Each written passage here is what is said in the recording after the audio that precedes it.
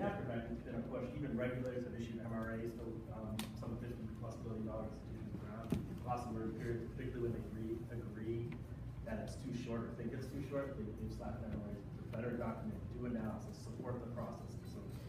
So you are seeing it from a regulatory perspective, certainly from a KPMG's perspective. A lot of the clients that we work with on the advisory side that have other others, they all, or most of them, certainly in the larger size, all give considerable consideration to the MRP. So it's not just us, contrary to public. So to stop there before we kind of go into the details of RP, wanted to kind of set the ground rules a little bit in the sense of, at prepared remarks, it's probably about 30 minutes. A lot of it was really to do Q&A, to ask questions, give an opportunity to discuss challenges that you're facing, and really get into whatever specifics you want to talk about. Certainly, if there's no questions, I'm happy to talk away for the whole hour or even longer. But it was really to be a dialogue, to be a discussion, and go forth from that. Anyone have any questions before we kick off? Thoughts, complaints? Yeah. You mentioned a regulator that just anecdotally a regulator to justify. Yeah. Who's that? You're right.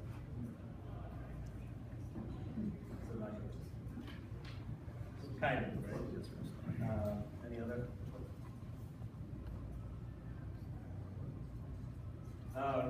Can everyone hear me okay? It's for the video. It's for the video.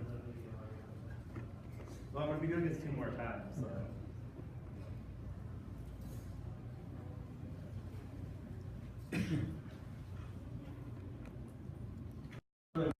What is the what are you'll see a lot of different names, different terminology.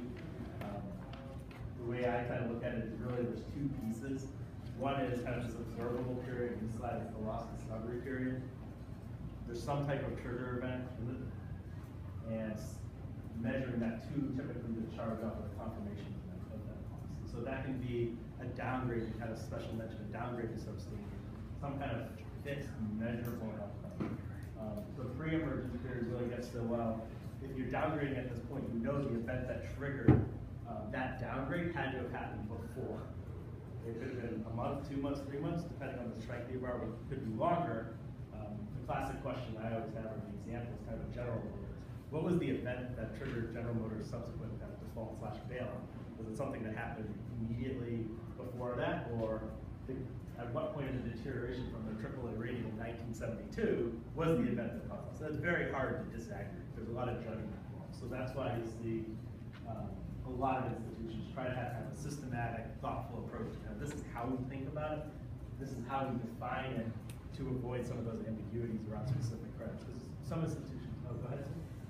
Just following up on your on this point, are these institutions talking more about increasing interest rates when the Fed decides to increase interest rates, that this might cause the slowing of the economy? I mean, how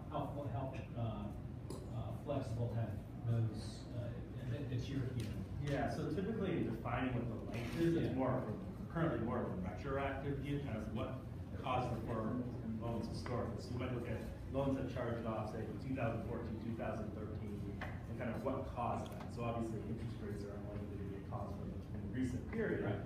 I think you tend to see the manifestation of saying, well, the forward curve is upward sloping, we know the Fed has issued guidance about we're going to be raising rates. You tend to see that more as a qualitative consideration in the allowance rather than directly impacting kind of your loss of emergence period. So what are they? What kind of things are they been kind of trying to nail down? It's really going to be company specific.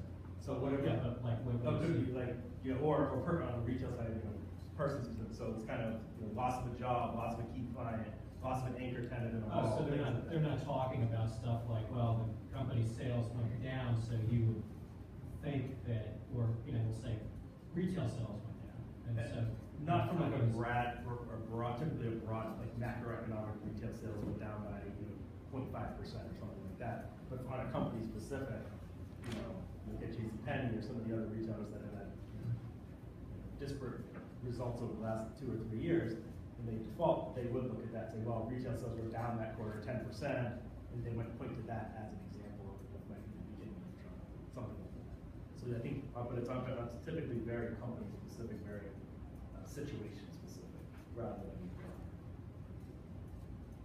So relating to it, is it situation specific, ignoring the external factors, economy? Yeah.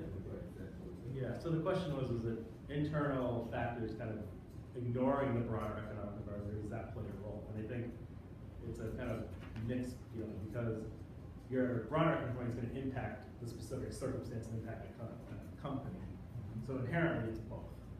But generally you're focused on the company and what caused it. It may be generated by external factor, so it might be exogenous or endogenous from that perspective. But I would say, yes, an external event could drive the company. For example, like in the oil patch, now that all these companies have gone from $120 a barrel down to, went down to 42, now it's back up to about 60, that triggered defaults. That's an external thing that you would point to that likely caused it for those companies. When the exact point was, whether it was when it went down to 60 or 50 or whatever, that's judgmental, but that shock, that would be the trigger.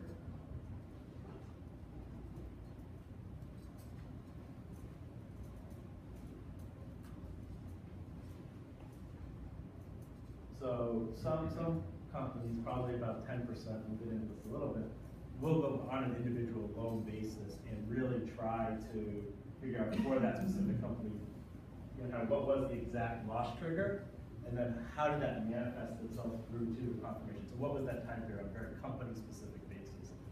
That's probably the 10, 15, 20, if you look at the plus 20 billion round. Most institutions will have a system that goes based on downgrading and say, well, based on the frequency we get financial statements, the frequency of review, how frequently do we touch the customer, kind of make some judgment of what time before that downgrade, it would kind of go undetected that there was a problem, kind of take that approach. Yeah, Jason? You said some of the larger companies do a loan level analysis. Yeah, like Morgan Stanley does that. So generally we apply LEP to pools of loans. Mm-hmm. So are they then taking averages of LEP by looking at loan level detail to determine how Yeah, to I mean, apply the- regardless of whether you do it at loan level or look at individual defaults kind of systematically in this fashion, you're still rolling those individual observations up at the pool level loss emergence. And it may be some do it at a broad kind of C&I type level or commercial level, others get a little more granular depending on, basically the worse your portfolio is, the more granular you get because you have the observations.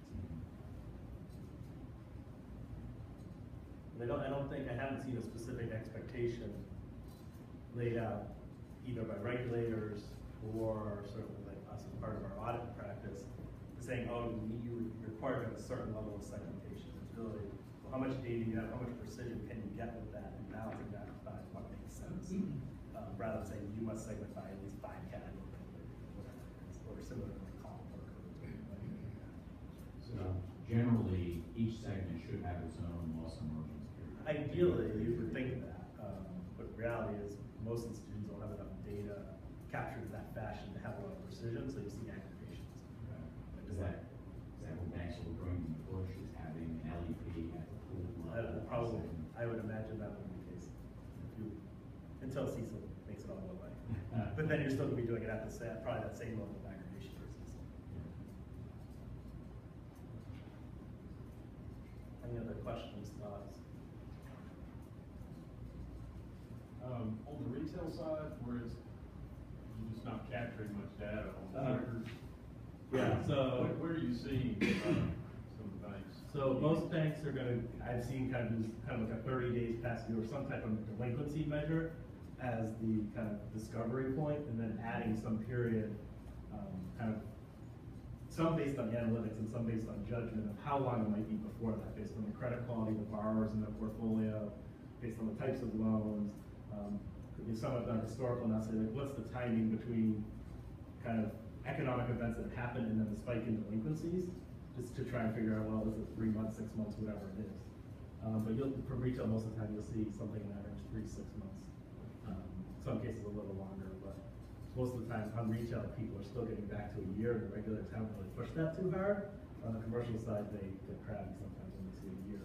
And it also depends on what the coverage ratio is too, because even though most institutions that are using a year probably have a multi-year kind of implicit when you figure qualitative and all those things. Certainly have a 12 month. Other thoughts, questions? Were there any generalities that you would say could apply to LEP in terms of an economic cycle? So as things get better, should it increase, decrease? Things get worse, should it increase, decrease? I would say as things get better, it should lengthen, and as things deteriorate, it gets shorter, because generally, if you think back to 2008, after Lehman blew up and all that, companies that went down went pretty quickly relative to today. You can have things on kind of special mention for years, just because there's a lot more. They have refinancing options, but then it's just sales that all of a sudden aren't deteriorating in such a way, so the deterioration is much more slow. So you should at least reconsider the loss emergence maybe annually? Yeah, I mean, we wouldn't recommend anything more frequently than Right. annually, unless there's some kind of There's just shock, exogenous shock, or kind of systematic break from why the historical data doesn't make sense. But most institutions will look at it annually. Would you have a mix? So for example, like we started back in like in 2009. That was a period when there was rapid decline. Would you do like, let's say 12 months and then you got a period where the market was stabilizing, so then you decide, oh, I'm gonna lengthen it now to 36, or you do an average for all your period? In terms of what you're using today, Yeah. yeah, I mean, most haven't gone down the path of trying to get too fancy with it, just because there's so much precision in it. I would say that, if anything, it would probably be, here's what's relevant to today. So they might exclude kind of 2009, say, well, how relevant is that for today? Really, we're just going to use, say, 2012 to 2014 or something like that. Some institutions do weight the various periods to try and kind of match it up to today.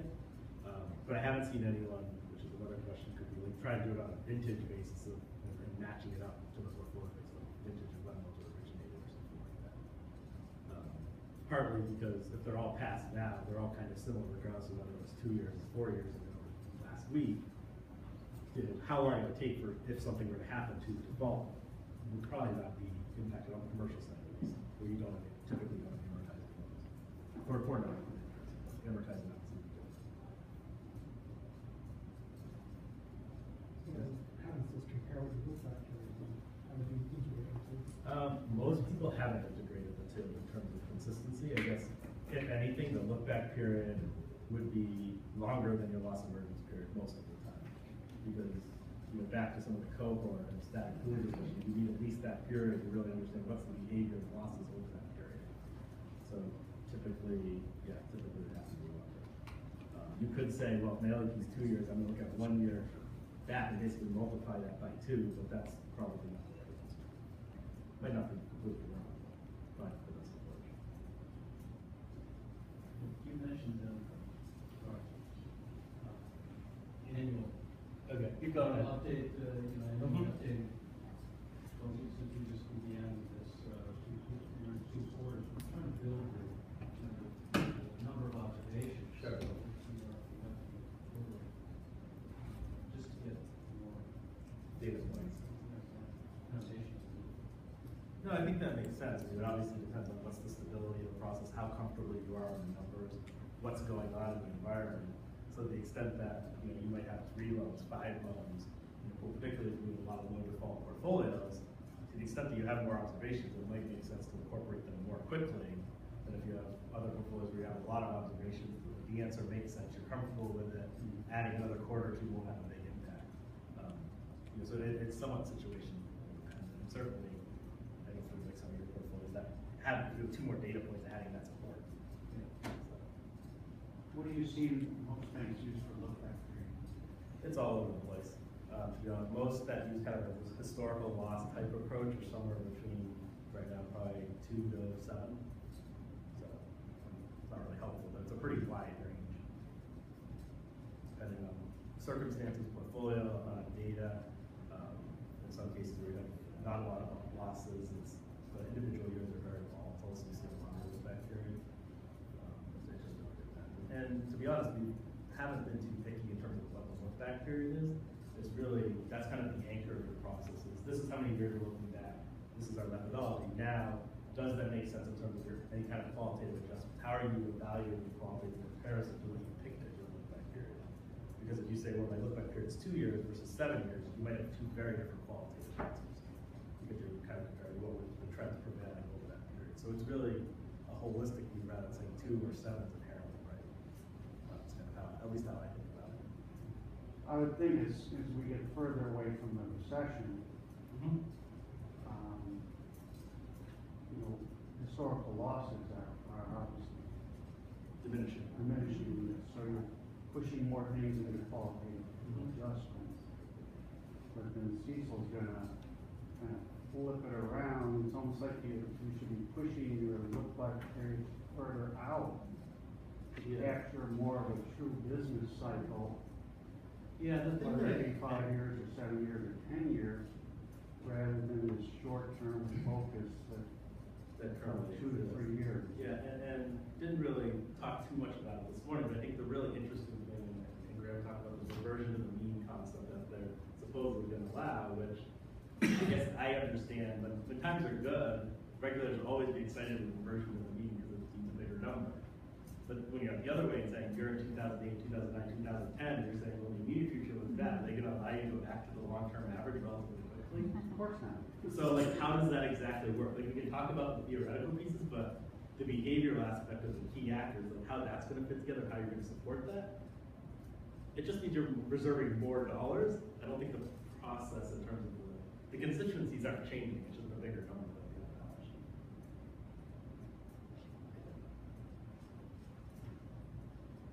But yeah, so to answer the question, what a lot of people are pushing on the look-back period is partly a little bit Cecil driven, but more to say, well, we don't want so many qualitative factors. We'd rather have that longer period. We're actually getting the opposite from our auditors. I mean, we were 8 years. So they're not us, right?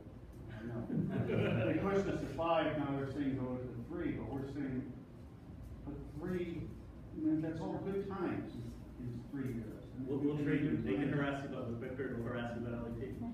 Yeah. So if I go to 3 years, then they're gonna hammer me to justify all the qualitative. Absolutely. So Because it's gonna be a huge percentage of the total, Yeah. especially when you're at 5 or 8. Absolutely. So that's why we have to go to the next workshop to figure this all out, right? Wait, which one's the next one for you guys? Is it Chris Emery's one? The qualitative factors. Oh, yeah, well, I have another deck I could show you as well. Yeah.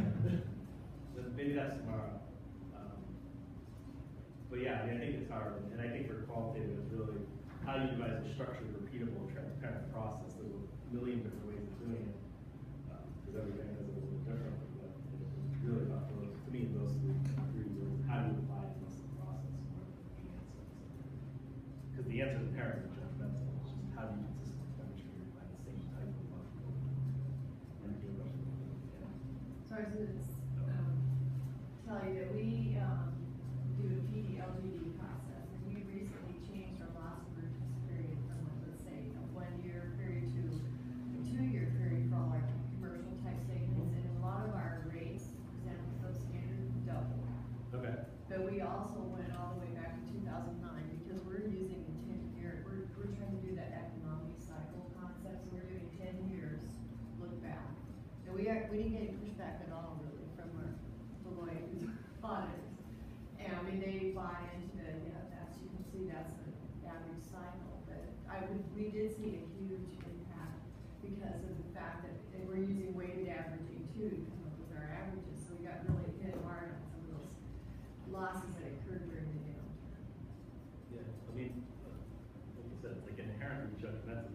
People ask me, like, well, how do you support this number? Like, you can always support any one number at any point in time. It's how do you follow that same process the next time and get to an acceptable, reasonable number, and then the time after that, and that's, I think, where the fundamental challenge. I think the other question, which you kind of alluded to with substandard doubling, is, well, what's the right LEP to use for substandard credit? And I've seen people take 2 different approaches, and I haven't decided in my head what the right answer, which is something to think about. Is if you're saying like downgrade to special mention, or even downgrade to substandard is the trigger in this type of framework, that means if your loan is already substandard, shouldn't the period be shorter? So if you're saying 2 years, should it be something shorter? And it's easy to nod your head and say, oh yeah, that makes sense. It should be shorter because some of that time has already elapsed.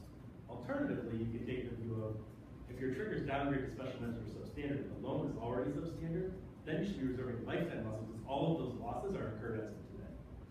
So ask the accountants that question, see what they tell you. I'm not an accountant, so I don't know the answer. But I've seen it both ways, and I can't reconcile as to which one's more right. In my head, I kind of go down that everything on substandard is the right way from the incurred loss perspective. Any other? Yeah.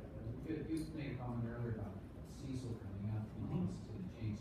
Is any of this retained, considering you're talking about life alone now, but is this? Loss emergence period? Probably not. So the place where it'll be relevant is when people start, or to some degree, is this supportable, forecastable period. How do you determine what that is? I suspect that in the beginning, people will turn to kind of, well, we're using 3 years as our LAP already, and we're saying, well, we can forecast that. So you're gonna need to have at least that as your supportable, forecastable period, kind of on day one. Yeah, I think it's getting, and FASB will say, hey, we're getting rid of all this LEP malarkey and stuff, and, you know, but they are replacing it. You will have to support what your life of the loan portfolio is. It takes prepayments, and you'll have to integrate your charge-offs over that time, right? Because that will then hook on to this, what is forecastable. Yeah. And I think that'll be a struggle. What if your bad testing says that you really can't forecast 2 years ahead? Like you're doing it, but you're not doing it very accurately. So Right. What happens next? What are the implications? And back to the question of if you're in bad times, you're saying you can't. Exactly. Or, you know, we even filed bankruptcy 3 weeks later at the end of the quarter. What was the answer? You could say your forecastable period was like next week. You know, between Fannie, Fred, and Lehman, and so forth, AIG, like that's your forecastable period. Does that mean you do it for a quarter and then you go back to the long-term average for everything? No one would buy that. So there's this huge, to your point, of conceptual challenge around how does that work? How do you integrate it? It sounds nice and conceptual view of the world. Yeah, and I think that FASB, to their credit, was just trying to relieve community banker concerns. Like, how are we supposed to, forecast that far in the future? Right? So, okay, just go as far as you can, go to the long-term average afterwards. But then, in doing so, they do bring up this whole issue. So you technically get rid of the LEP, you have an equally knotty problem replacing it around what that period is. Yeah. But don't you think to calculate the life of loss, like we were thinking in our model, let's say we expanded to 24 months for commercial. Well, let's say we come up with our average life of commercial loans is like 4 years. Okay. So we decide, well, we'll just start from period 1 all the way through 4 years, and then come up with our PD and LGD based on that to come up with the life of loan. You're not envisioning that would be a way to estimate that? I think if you're doing conditional default rates, I think it's a way of doing it. I think the challenge is going to be how do you correlate that with kind of where you are in the cycle now to get to the expected component, but certainly doing it on a kind of a conditional default. Right? Here's the default rate, year 1, year 2, year 3, year 4. I think it's reasonable. It's just what is those numbers? How do you get there? Because just taking like an average over 7-year period or 10 years, like you said, that's probably not the right answer. Right. And integrating the real cycle is a good thing. Yep. Yeah, each cycle, you make a big case, each cycle for the past like 40 years has been virtually every 8 years, which would bring it to about 2016, this next one. But, you can go back 2008, 2010, collapse, 19 savings and loan, it goes on back there. It might not affect your loss emergence period, I think it probably affect that qualitative, even LGD. Any other thoughts, questions? Oh, I broke the thing.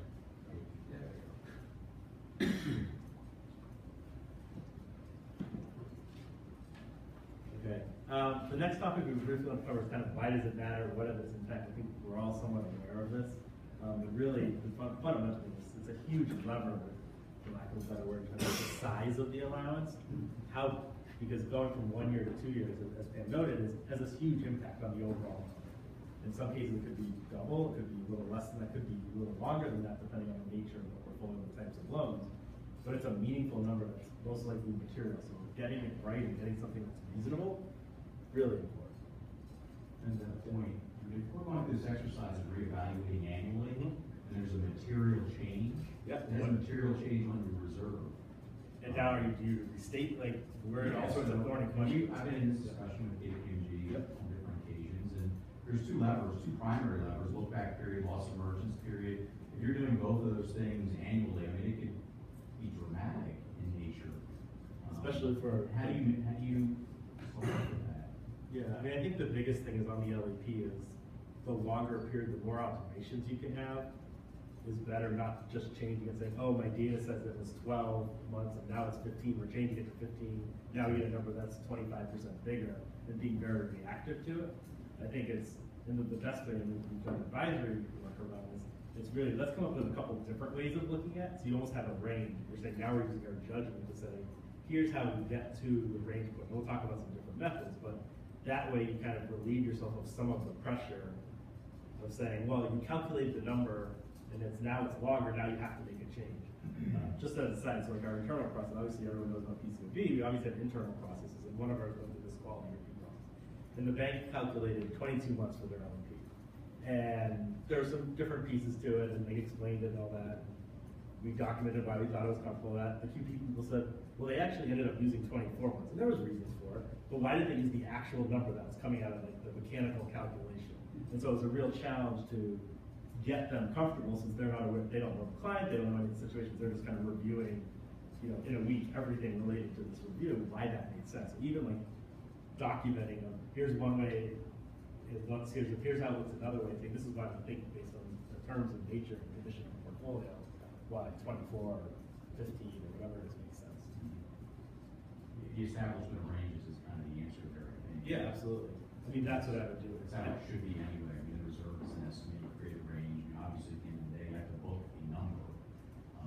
But LEP is a component of that, which also should have a range associated with that. Right, because that's true. The allowance is a best estimate of the incurred losses. The LAP is one piece of that, but there's a range of reasonable values for anything. For the allowance too, you can't book a range, to your point. Exactly. You have to book a number. So what is manager's best view of, here's reasonable values for that parameter, here's the one that makes the most sense. And so I think that trend piece, and certainly on the LP matters. Sure, it might be longer, but how do you know? And we've had banks that have had, say, 3, 4, 5 observations, and it's all over the place year to year. To your point, what should we do? It goes from 12 to 36 to 18, and I think that gets to the point. How do you put the judgment in? How do you kind of how do you have a couple different projects extend the period so you don't see these swings?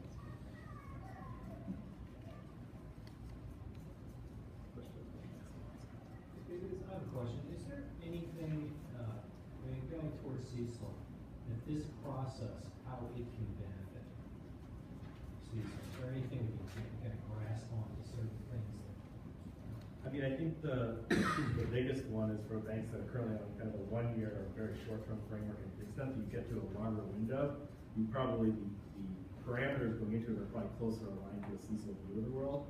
And some banks where you have a 1 year, very low quantitative loss factor, you have this massive qualitative. At the end of the day, CECL is going to push that also. It's more quantitative, now you're in a life of book type view. I think from optics, measurement, kind of where do things sit, kind of how big is the calculation shift from a methodology perspective, the more you have an LP, to some extent, the longer you have an LP, the closer you're aligned, at least kind of from a categorical perspective, the closer you be to CECL. But the calculation itself, aside from that forecastable horizon piece, is probably super helpful. Any other thoughts on that?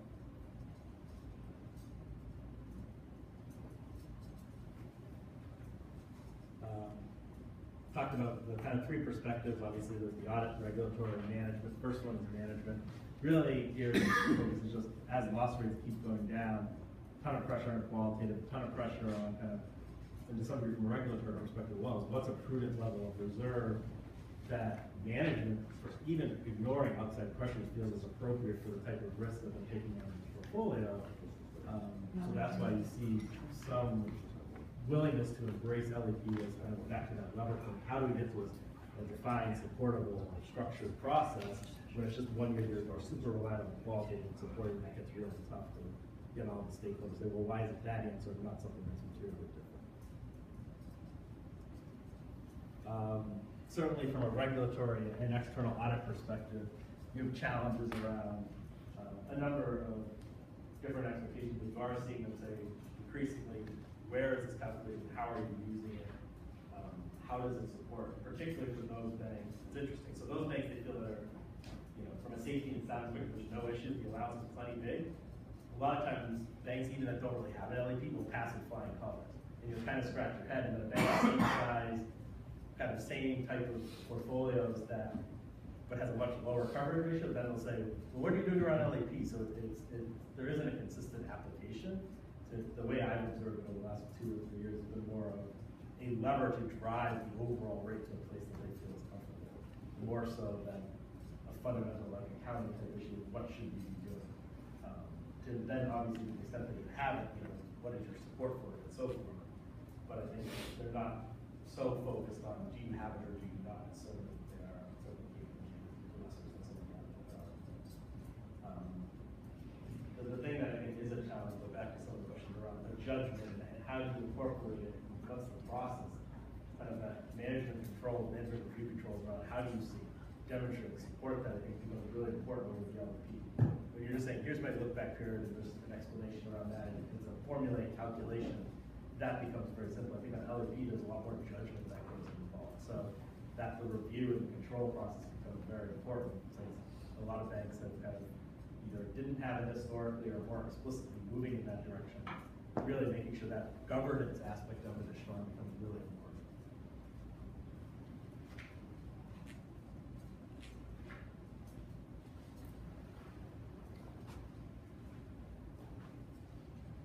So the next 3 things I really wanted to cover was kind of different approaches to coming up with the LEP.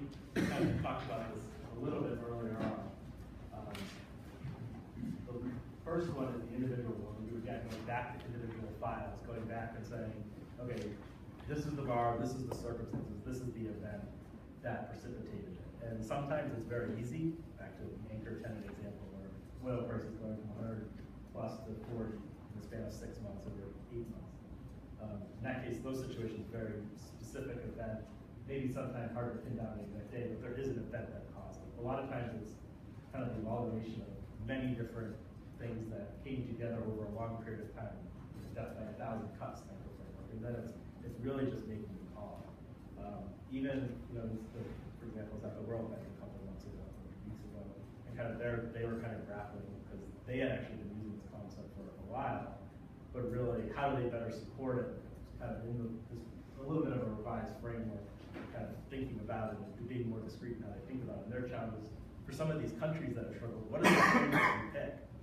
There's so many balance of payments and political and all these issues. And, obviously a very small borrowing base in terms of number of obligors that they lend to, but they struggled with this intently. So they went back and looked at, here's all the cases, and they actually went and said, well, here's a range of events. It could be, here's kind of the beginning, here's the middle, here's the end. Came up, and then ended up coming up with a range to that point, and then articulating where they felt in that range was the right answer.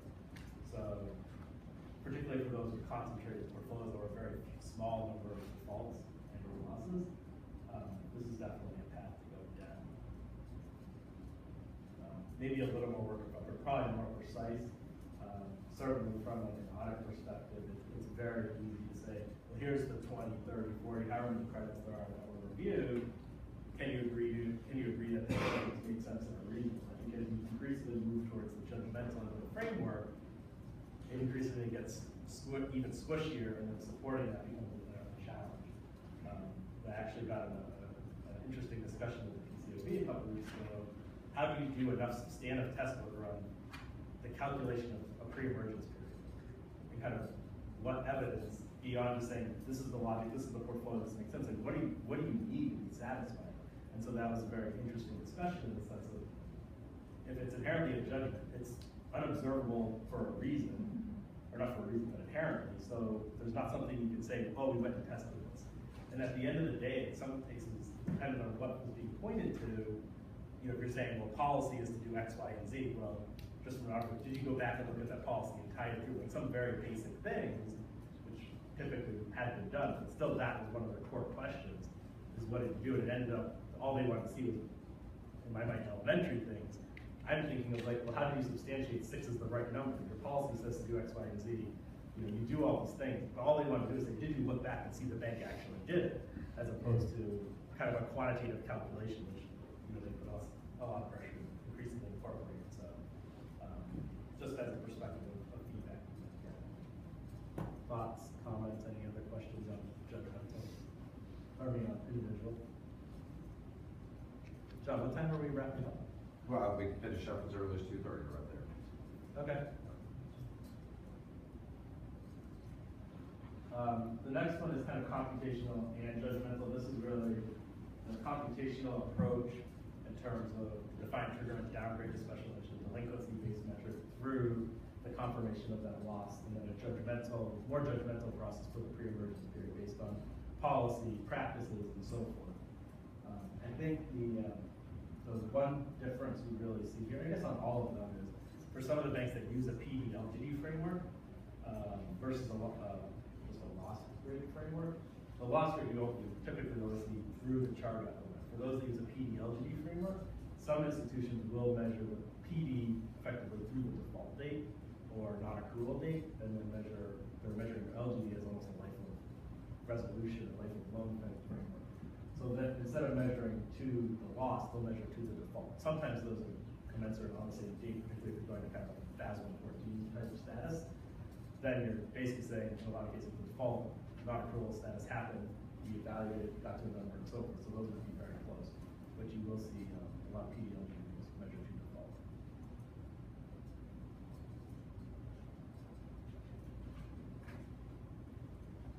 And then this judgmental, which you don't see very often, it's very tough to get a hold of. You see more on the retail side. Well, we auto charge it at this day, and you have a judgmental construct built around why like a 12-month LAD is appropriate. Increasingly, at least from our perspective, it's getting harder and harder to support that with enough precision to say, well, why is it that and not something else? You know, what is the churn in the portfolio from different delinquency statuses? How do you know it's only X without doing some type of analytics around that? So, you know, going to one of the other 2 options is probably the best approach.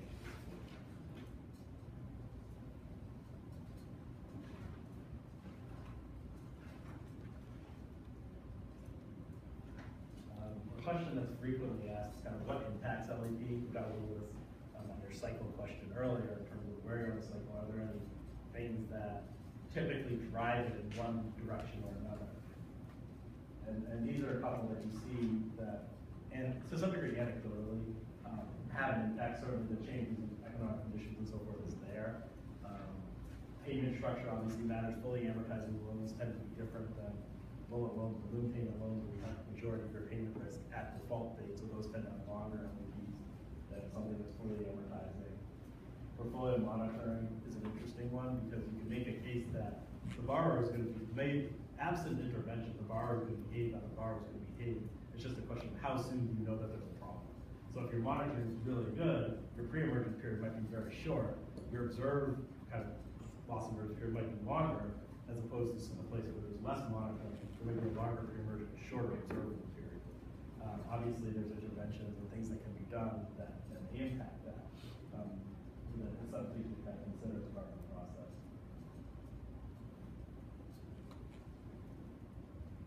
Oh, doesn't have to be nice about the wrong trigger. Could be, absolutely. That's one possibility as well. Particularly when you see banks that have a very long period, it makes you question, A, is whatever point you're measuring the right point, and B, if it's too long to question, well, what's wrong with your process?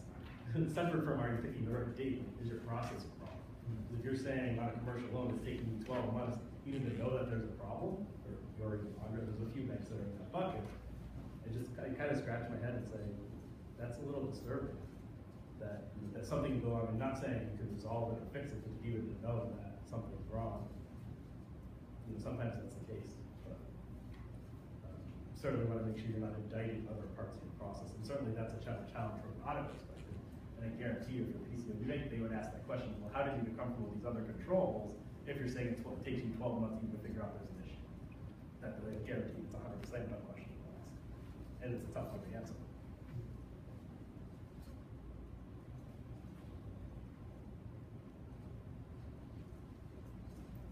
So the last slide really gets into just how do you incorporate it. Really see a couple different ways, just at a high level. One is kind of that multiplier approach, of saying my LEP is 2 years. I'm gonna take my 1 year historic loss, multiply by 2.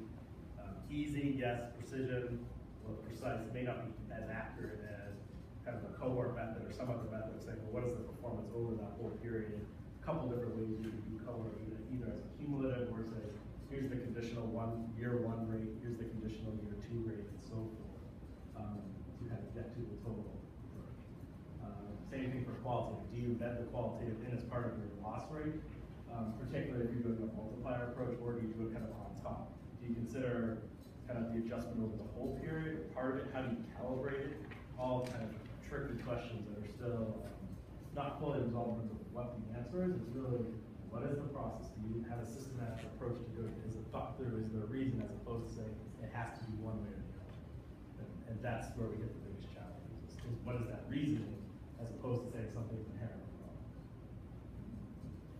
That's the single most, question that we get right there, is where do you factor in on the loss emergence period? Is it the multiplier on the adjusted loss rate or the loss rate itself? And it depends on how you determine your qualitative Right. factor. I mean, ideally, you're saying, my loss emergence is 2 years, my qualitative is covering risks in my portfolio that are not captured by my quantitative period over 2 years. Ideally, you would think it should be a 2-year calculation. The challenge comes in is, well, if you're saying, pick some of your factors, economic conditions are gonna change over the period. So is it a fixed rate over a 2 or 3 year period? I don't know, probably not. How do you measure that? That's what CECL's for.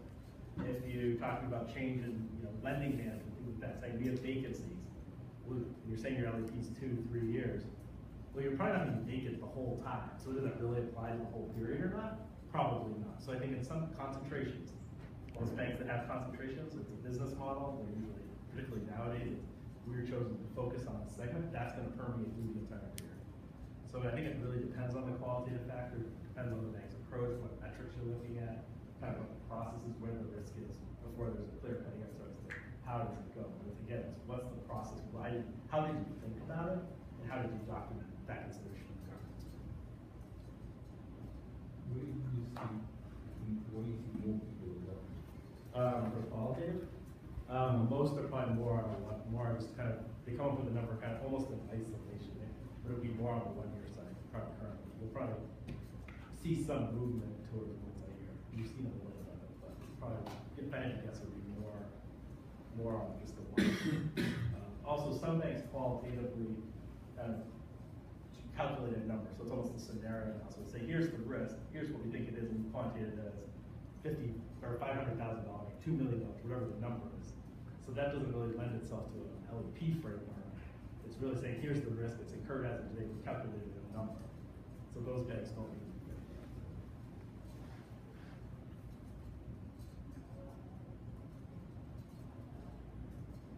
Any other questions? It's 2:30, so we're happy to talk about it. Ben, thank you so much. We appreciate it.